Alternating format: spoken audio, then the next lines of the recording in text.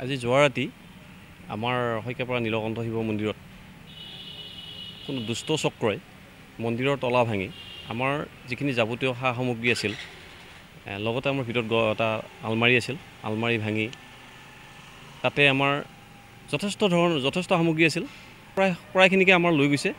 মন্দিৰৰ যি আমাৰ মূল গছা চাকি 4টামান আছিলে পিতলৰ ডাঙৰ সেয়া লৈ গৈছে। আৰু তাল শৰাই, ডাঙৰ শৰাই আছিল, আমাৰ ৰাজহুৱা ডাঙৰ শৰাই আছিলে, ডাঙৰ শৰাই লৈ গৈছে।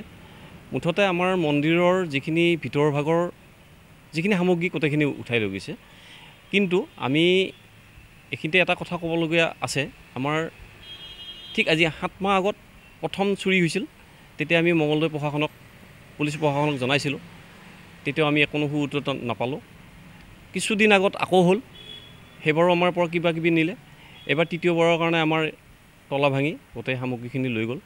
এই ক্ষেত্ৰত পুলিচ প্ৰশাসনে যদি দৃঢ় পদক্ষেপ নলয়, আমাৰ এই হিন্দু সমাজত আমাৰ এই সনাতনী পন্থৰ যিবিলাক মন্দিৰ আছে, কিন্তু ভৱিষ্যত অনিশ্চয়তা দেখা দিছে। আমি কি ধৰণে এই মন্দিৰ পৰিচালনা কৰিম, এইটো এটা বৰ উদ্বেগজনক বিষয় হৈ পৰিছে। সেয়ে প্ৰশাসনক আমি দাবী জনাওঁ যে ৰাতি প্ৰশাসনে পেট্ৰলিং পাতি দি আমাৰ এই মন্দিৰ হওক, নামঘৰ হওক কিছু ৰক্ষণাবেক্ষণ দিয়াৰ কাৰণে আমি দাবী জনাইছোঁ। ইতিমধ্যে আমি মঙলদৈ থানাত এখন FIR দিলোঁ। লগে তাৎক্ষণিকভাৱে তেওঁলোকে আহি আমাৰ লগত ইতিমধ্যে মন্দিৰ পৰিদৰ্শন কৰি আমাৰ লগত কথা বতৰা পাতি তেওঁলোকে আশ্বাস দি গৈছে যে আমি যৎপৰোনাস্তি চেষ্টা চলাম আপোনালোকৰ সামগ্ৰীখিনি উদ্ধাৰ কৰি দিয়াৰ ক্ষেত্ৰত। তেওঁলোকে আমাক আশ্বাস দি গৈছে।